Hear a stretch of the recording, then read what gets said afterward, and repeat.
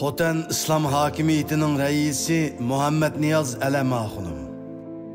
Muhammed Niyaz Alam Axunum 20. asrning boshlaridagi Xotan xalqining eng cho'ng o'liması bo'lib, Muhammed Emin Buğra Efendi ve Sabit Damollamlar bilan birlikte Xotanda milliy inqilob qilib, mustaqil hukumat qurgan vaqtda shahidani Xotanning inqilob peshvolari birdek holda Muhammed Niyaz Alam Axunumni Xotan İslam hukumatining Cumhur raisligiga saylab, uningga Malik Hazrat degan qutlug' hukmdorlik nomini berishgan edi.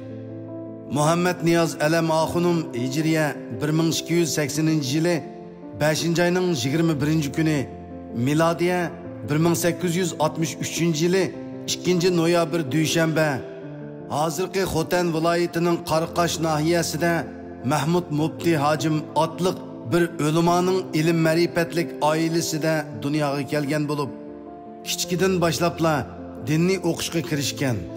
U eng avval dadisida, ondan keyin Qarqash va Xotanning eng dongliq o'limalarida uzluksiz yuqori o'rlab o'qib, 30 yoshga kirmayla dinni ilmlarda her tarafdan atrofliq yetishgan ve şu zamanның katta o'limalardan biriga aylangan edi.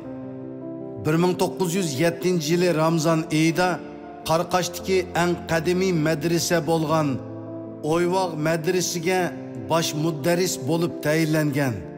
Mazkur madrasani Muhammed Emin Buğra'nın ustozi Damolla Hazratning ulug' bovusi ulug' Hazratim 1610 yillari insho qilgan bo'lib, keyincha 1638 yili taxtga chiqqan Saydiya sulolasining dongliq sultoni Abdullah Xon tarafidan qayta kengaytib yasalgan.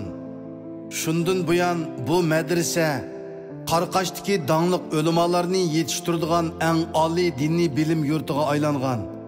Muhammed Niyaz Alam Axunum 1907 yili mazkur madrasaning bosh mudarrisi bo'lib tayinlanib, uzun o'tmayla shu yili Qurban hayitda bütün Xotan viloyatining bosh qoziligiga tayinlangan. 1912 yili bahorda Abduqodir Damollam Etil, Ural ve Kırım yerim aralığında canlangan yeniçe o'qitish usulini tunji qitim Sharqiy Turkistonga elib kelgandan keyin Xotandimi tunji yeniçe maktab qurilgan. Tolumu afsuski Yangzingshin 1914 yili Ahmet Kamalni qo'lga olgandan keyin shu yili kuzda eng ishonchlik Tungan xodimi Mafushinni Qashqarni markaz qilgan Tarim vodisiga mutlaq hukmron qilib tayinlab, uni Titay deb atagan. Qashqar va Xotandagi jaholat pirlari darhol Qu Matitay bilan birlashib, yangicha ma'rif maktablari va boshqa zamonaviy korxonalarni vayron qilishga uringan. Muhammed Niyaz Alam Axunum 1920 yili avjiga chiqqan yangilik va ko'nilik talash tortishlarida jadidchilar deb nom olgan islohotchilar tarafda turg'ashqa, Xotanga vali bo'lgan Mashovu tarafidan bosh qozilikdan elib tashlangan. Biroq u Qarqashdagi Oyvoq madrasasidagi nupozini davomli saqlab, 1922 yili yosh Muhammed Emin Buğra'ni o'ziga xalfatlikka taklif qilgan. U shundan buyon Hazratim deb atilishga boshlagan. Buğra Efendi o'zidan 38 yosh cho'ng Alam Axunumni o'z otasining o'rnida ko'rgan. Chunki nimali degan bilan Buğra Efendining ajdodlari 1860 yillardagi Xotan islom xonligini qurg'uvchilar bo'lsa, Alam Axunumning otasi bu xonlikning mo'tavarlaridan biri edi. Shunda qilib 1922 yildan 1932 yilgacha 10 yil birga mudarrislik qilgan ota-bola dematlik bu ikki kishi 1933 yilga kelganda 20 asr Uyg'ur tarixining eng shonliq va qutlug' sahifasini birlikda ochgan. Muhammed Emin Buğra Efendi 1932 yili 22 sentabr maxfiy holda Milliy inqilobiy komitetini qurib chiqib, bir oy ichida harbiy kuchini Xotandagi dushmanning harbiy kuchi bilan tenglashtiradigan.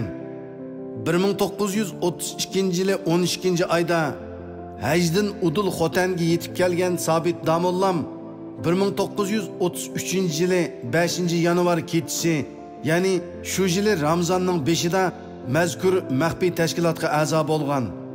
Gerçi Muhammed Niyaz Alam Axunum shu chaqda yolg'iz Qarqashningla dinni peshvosi bo'libli qolmasdan, balki butun Xotanning dinni peshvosi bo'lsa-mu, lekin shu chaqdagi Qashqar valisi Mashovu uni yoshirin nazorat qilib turayotgan bo'lg'ashqa, u faqat 1933 yili 24 yanvar kechisi, ya'ni Milliy qurolliq qo'zg'olondan ozroq burun bu tashkilotga a'zo bo'lgan. Natijada inqilobchilar shu yili 2 oyning o'ttirlari Qarqashni ozod qilib, keyingi bir oy ichida hozirgi Turkiyadagi ko'lamdagi joylarni o'z hokimiyati ostiga elib, shu yili 5 aprel Yakandan toki Chaqiliqgacha Aqsudan Kashmirgacha bo'lgan joylarda Xotan islom hokimiyatini qurib chiqqan.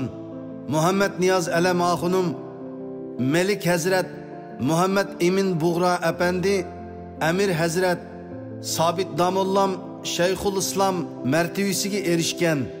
Tolumu afsuski oldingi asrning 5'idagi tunji milliy jumhuriyatning asosi bo'lgan mazkur milliy hokimiyatmi Cumhuriyetga o'xshashla sobiq Sovet ittifoqining oliy davlat manfaatining qurboni qilib etilgan. Uyg'urlarning hech qanday chet el yordamiga tayanmay davlat qurib chiqib, mukammal tartib o'rnatganligidan qattiq cho'chigan Stalin hokimiyati shahidani Xotan xalqini qaytadan bosh ko'tarolmas qilib etish uchun Maxusan boshchiligidagi Tungan banditlarni 1934 yili yozdan 1937 yili kuzgacha 3 yildan ko'proq Xotan Uyg'urlarining ustiga hukmron qilib qo'ygan.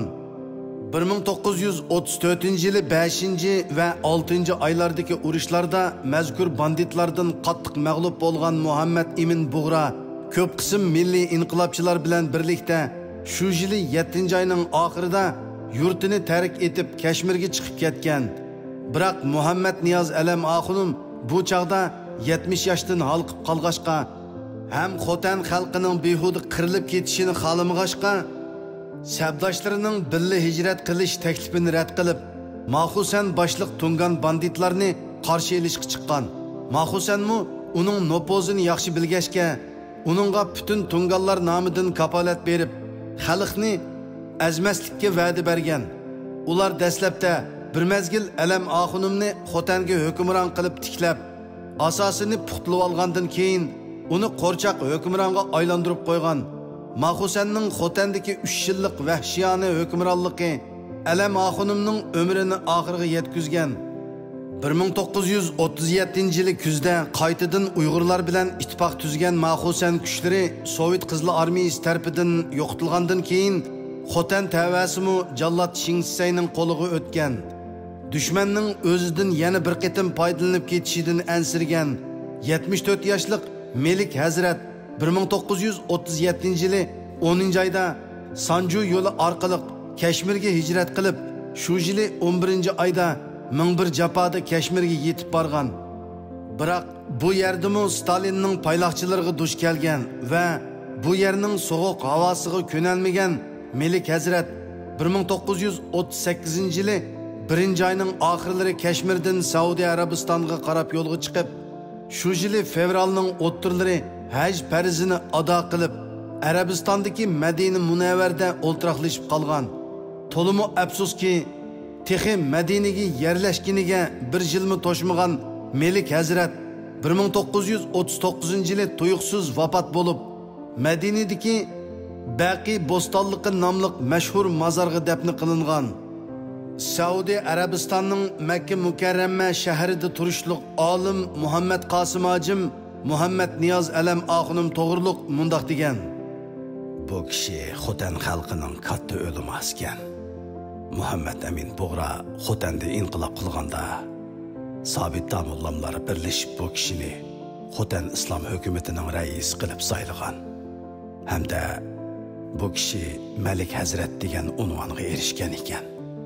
Keyincha inqilob mag'lub bo'lib, Xotan islom hukumati Tungalarning qo'lida yiqilgandan keyin 1934-yili 8-oyda Xotan inqilobchilari Hindistonga hijrat qilishga majbur bo'lib qoladi.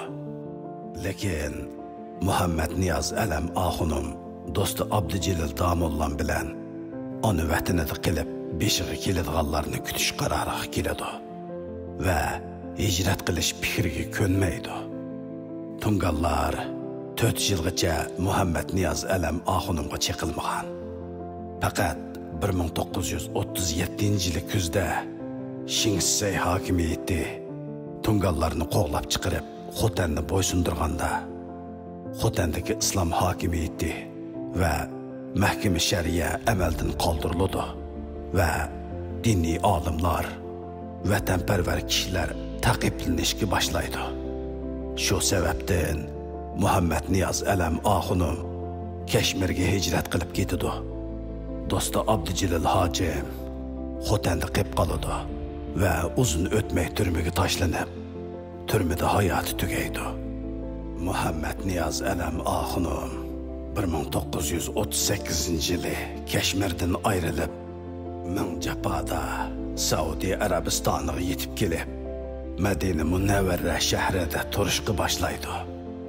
1939-yili Madina Munavvara shahrida vafot bo'lib, Payg'ambar masjidining yonidagi Baqi qabristonligiga dafn qilinadi. Malik Hazrat vafot bo'lganda Kabulda turayotgan Muhammad Emin Bug'ra apandi o'z otisidek ko'rdigan bu peshqadam kurashchi sabdishining vafotidan to'limi qayg'urib, uningga maxsus atab marsiyalarni yozgan. Biroq uning qabrisini yo'qlash fursati faqat 1950-yilga kelgandila ondan nisb bo'lgan. Tarix chaqi 1965-yili 14-iyunga kelganda Malik Hazratning sabdishi Muhammad Emin Bug'ra apandi Anqarada vafot bo'lgan. Oldingi asrdagi Uyg'ur tarixida shonliq sahifa yaratgan bu ikki gigant azimatning birining qabrisi Madinadagi buyuk payg'ambar masjidining yonidagi millionlagan nomsiz qabrlar orasida untinsiz yo'qolgan bo'lsa, yana birining qabrisi Anqarada g'eriblik besib yotmoqda.